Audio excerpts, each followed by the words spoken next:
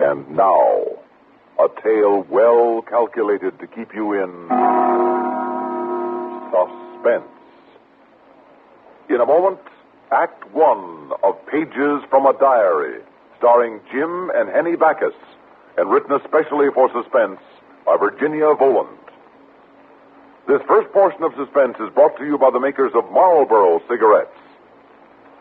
Ready? Take a nice, easy beat. Mix in the bass. Now add the vibes. There you go. Each one's good, but together they're great. Marlboro cigarettes are a lot like that. They've got a special combination that gives you full flavor in a filter cigarette. Marlboro's got the combination, the famous Richmond recipe of ripe golden tobaccos combined with the exclusive Select Trade filter. Marlboro, plenty rich, yet plenty mild.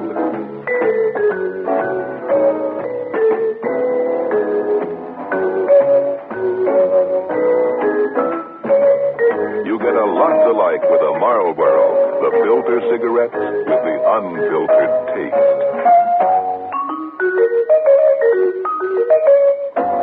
Try 'em.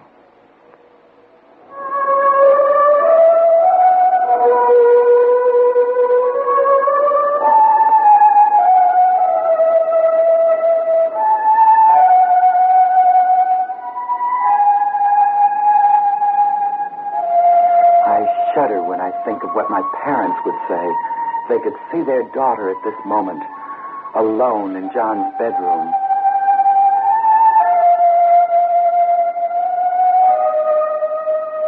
I have the right.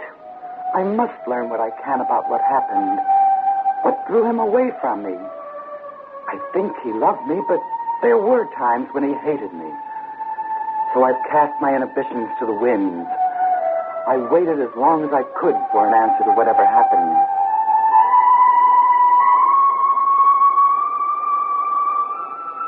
I've let myself in and found what I was looking for. John's diary. I've always known he kept one. Maybe he told it what he never would have told me. He used to tell me everything. Did I find proof another woman meant more to him than I? When did he start acting so strangely?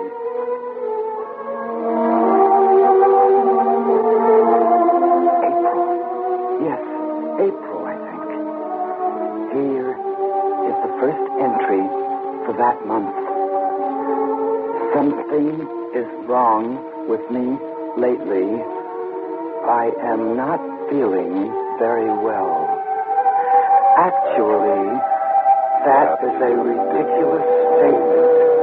For physically, I am as fit as can be. Living as I do here on the farm, half out of doors, sleeping like a log.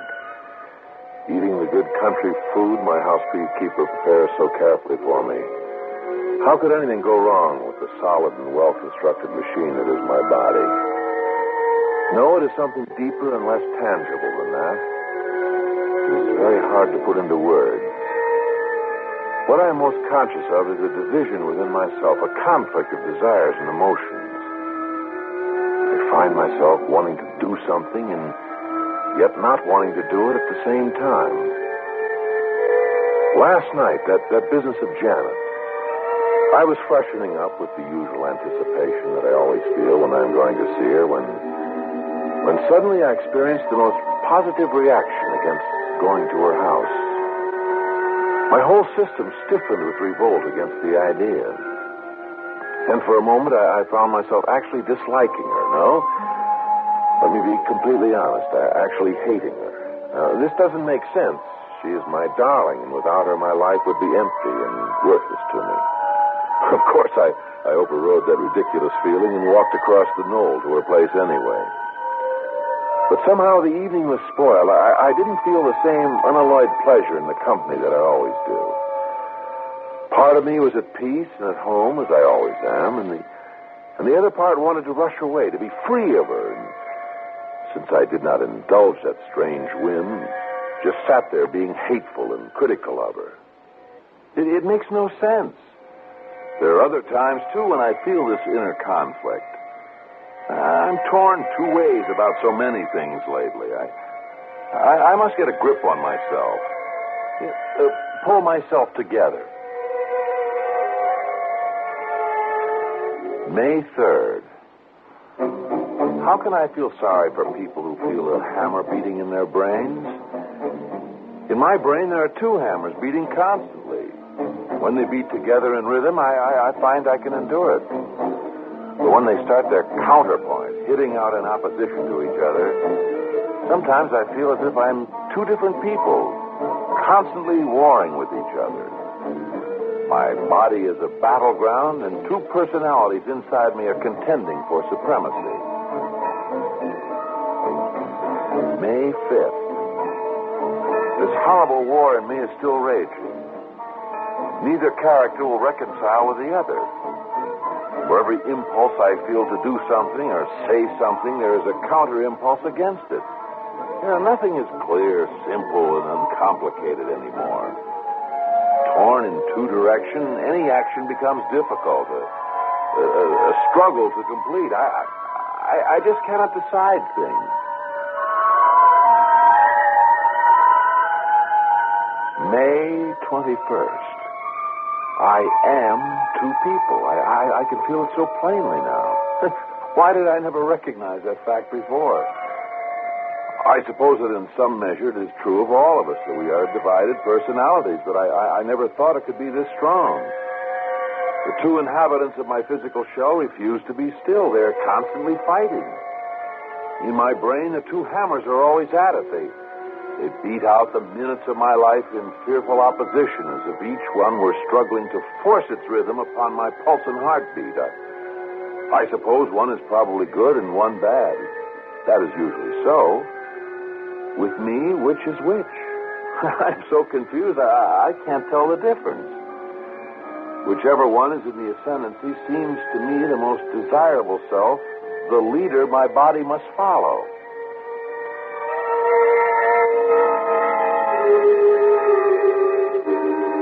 June 4th.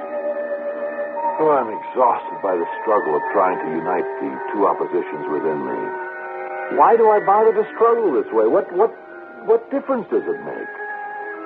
There must be some instinctive idea of morality that cautions me that this double feeling is wrong. A primitive conception that only in singleness of purpose, unity of idea and desire is so strong. Do I harm anyone besides myself? Is there any possible menace to Janet in this situation within me? I am afraid and ashamed, and sometimes of the violent reactions that I have against her.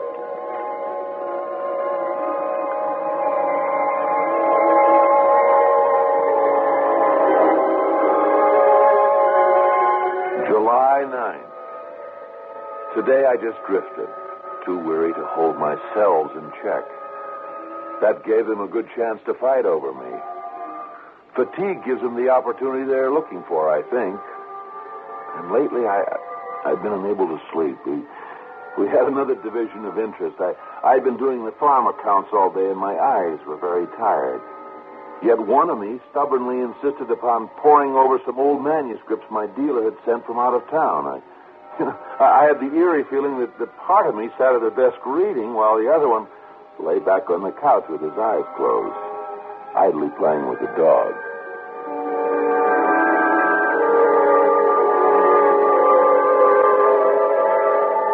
July 25th.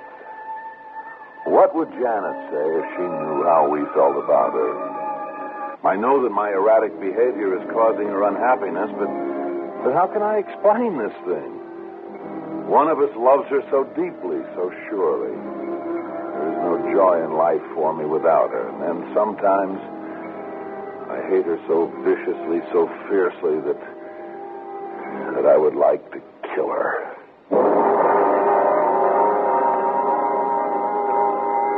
August 7th. We did it again today. I have decided that I am definitely two people. My body was tired from the outdoor work. But my eyes went into town to see a movie. It was very strange since I had not thought to send my ears along. I watched the actors mouthing on the screen, no sound emerging from their lips. Like an old silent picture, but without the titles. Next time, I must remember to send my ears. Though I tried hard at the time, I find I cannot just wish them there and have it happen. If two parts of me are to go away, they must travel together at the same time. Do you realize what I have just written?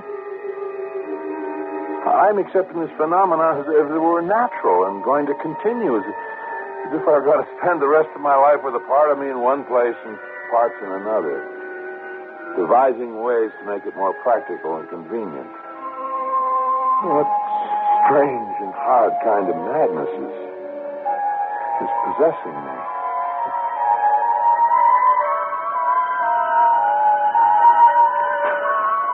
August 21st. If I am to be capable of this trick, that of sending parts of me off on some errand or another while other parts sit quietly at home, I'm resolved it shall be profitable. Now, last evening there was a symphony in New York. And instead of subjecting myself to the fatiguing journey into town, I sent my ears off by themselves to enjoy it. The music never seemed better to me. Apparently there can be such concentration of that one sense or organ that is by itself is to produce the maximum sensitivity and awareness. The little experiment almost had an embarrassing repercussion, however. Mrs. Wilkes, my housekeeper, came in to tell me something.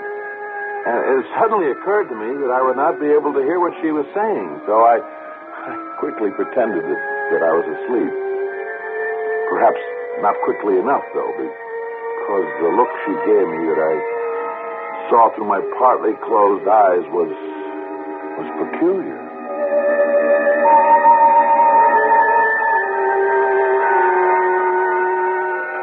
September 1st. I've been continuing my experiments.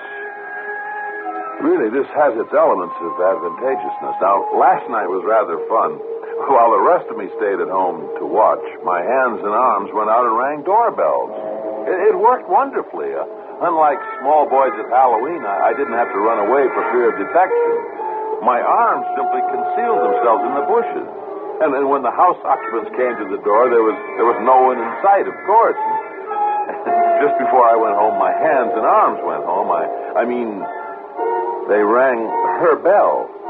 The confused look on her face when she realized that there was no one there was very funny.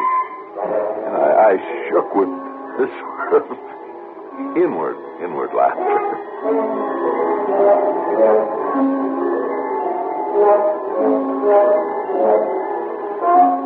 September 11th. I haven't seen her recently. I've been too busy making my investigations of myself, of my two selves. Besides, one of us gets violent every time we are around her. She does something internally shattering to me, to part of me, just to be in the same room with her. It is as if she were unconsciously trying to exercise something inside of me. Damn her, what right has she to interfere? I intend to live as I please, and I will not be criticized. If she persists, I shall have to find some means of separating her life from mine.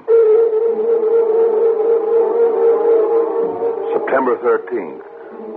My housekeeper has left. Does she find me strange? Is it beginning to show? Oh, well, it doesn't matter. I can cook well enough for myself. I'm not very hungry either. I am certainly not eating for two. September 21st. I feel better this week. I've been continuing with my experiments. It is a strange but positive kind of pleasure. I have a feeling of such incredible power, a strength double that of others. I am two people. I can feel it so plainly now. Why did I never recognize that fact before? I suppose that in some measure it is true of all of us that we are divided personalities, but I never thought it could be this strong. The two inhabitants of my physical shell refuse to be still. They're constantly fighting. In my brain, the two hammers are always at it. They beat out the minutes of my life in fearful opposition, as if each one were struggling to force its rhythm upon my pulse and heartbeat. I suppose one is probably good and one bad. That is usually so. With me, which is which? I'm so confused, I can't tell the difference. Whichever one is in the ascendancy seems to me the most desirable self, the leader my body must follow.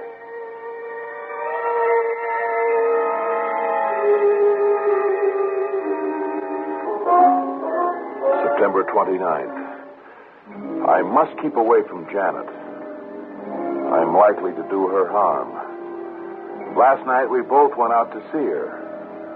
Part of me was lonely, wanted to be warmed by her personality. I've seen very little of her these past 3 months.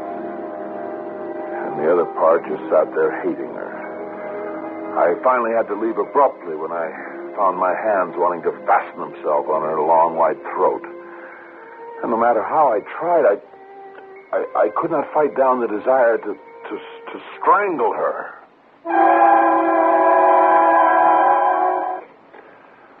October 11th. Most of my trouble is at night. I find that my thoughts become so absorbed with her chiefly after dark. So that is the time when I must be most careful to find myself these dual occupations. All the work gets done around here at night. The animals are baffled, poor beasts. I exercised the mare in the moonlight last night, but left my head at home.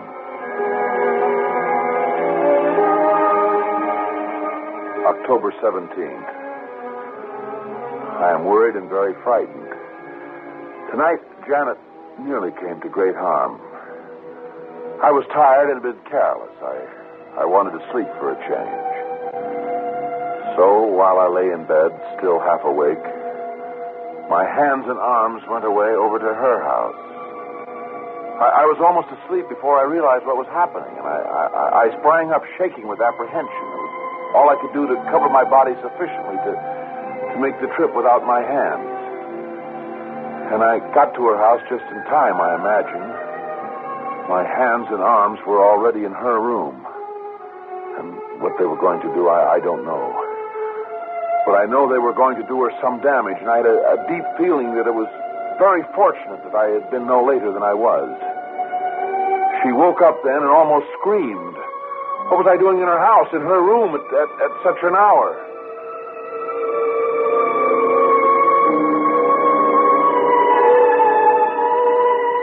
October 23rd.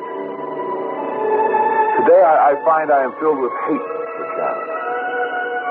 How I hate her. She's destroying me this way. It is no longer possible for me to even pretend to enjoy myself. She is limiting my action, my freedom. All I do is work, so as to be too busy to go near her. But I want to go near her, to see her, to be with her. Why does she have to hold me back this way? November 22nd. Tonight I am desperate. I have left my hands and arms at home. They are the most dangerous to her. I found that out. The instructions are to go on writing in this diary. The rest of me is out walking at this moment down the old road over towards the trestle. As I walk, my hands are to continue to report what the rest of me is doing. It seems to be working. I have the knowledge that these lines are appearing in the book. How black the night is and how cold. The road is full of ruts, and these are covered with ice. Every now and then I slip a little as I walk. I must be more careful. Ahead of me, I can see the faint outline of the railroad bridge as it crosses the gap between the two hills. How tall the supports for the tracks are. The drop must be a couple of 100 feet at least. I think I'll climb out on it just to see how it feels. It'll give me something to do with myself. Something is happening to me. My hands at home are refusing to write. They fumble. They're putting down the pen, making a spot on the paper. What are they doing? They're no longer following my instructions. Here I am, idiot-like, out in the exact middle of a railroad trestle while my hands are seeking to destroy her. That girl whom I so love and that they hate. That part of me hates. Quickly, turn around, go back. One foot in front of another. No looking down. You remember that from when you were a kid, too. Now, wait a minute. Easy. You almost slipped then. There's ice on the rails. You could only hurry so much if you were to arrive at all. If only I could get there in time. Now, if I try very hard, concentrate beyond all the powers of my brain, perhaps I can project myself into the place where my hands are. Oh, it's no use. I cannot do it. All I can accomplish is this icy fear, this foreknowledge of disasters. Something about my hands and her throat. Oh, Janet, darling. I'm coming. I'm making haste.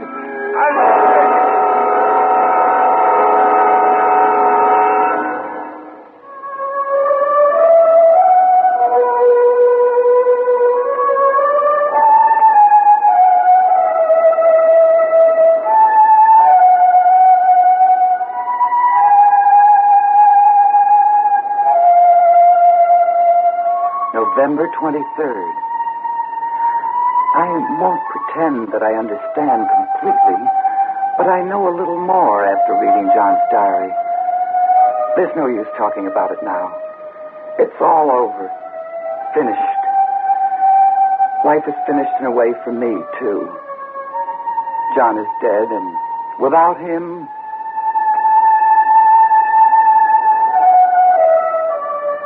They found his body this morning in the study. And here in his bedroom, these words that raise more questions than they answer. I had a nightmare last night. I thought I was being strangled, choked to death by two powerful hands that hated me with a live and vengeful hate. I tried to cry out, but those two hands cut off all sound that I could make. I felt myself slipping away, dying. And then, suddenly, I felt a crash somewhere, far off. And just as suddenly, the hands withdrew from my throat. My breath came back, slowly. I remember hearing the clock downstairs strike. It must have awakened me, because I heard its 4 notes, one after the other. They say that John must have died about 4 o'clock, maybe a little before. I must remember to keep this scarf around my neck at the funeral. Keep it high and well tucked in. Otherwise, the purplish bruises on my throat will show.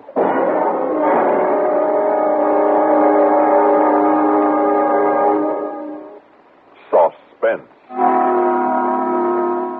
You've been listening to Pages from a Diary, starring Jim and Henny Backus, and written especially for Suspense by Virginia Voland.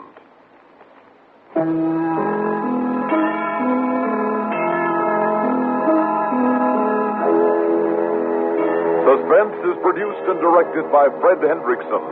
Music supervision by Ethel Huber. This is Stuart Metz speaking. Listen again next week when we return with another tale well calculated to keep you in suspense. You've been listening to the OTR Gold Network. Find more classic radio at otrgold.com.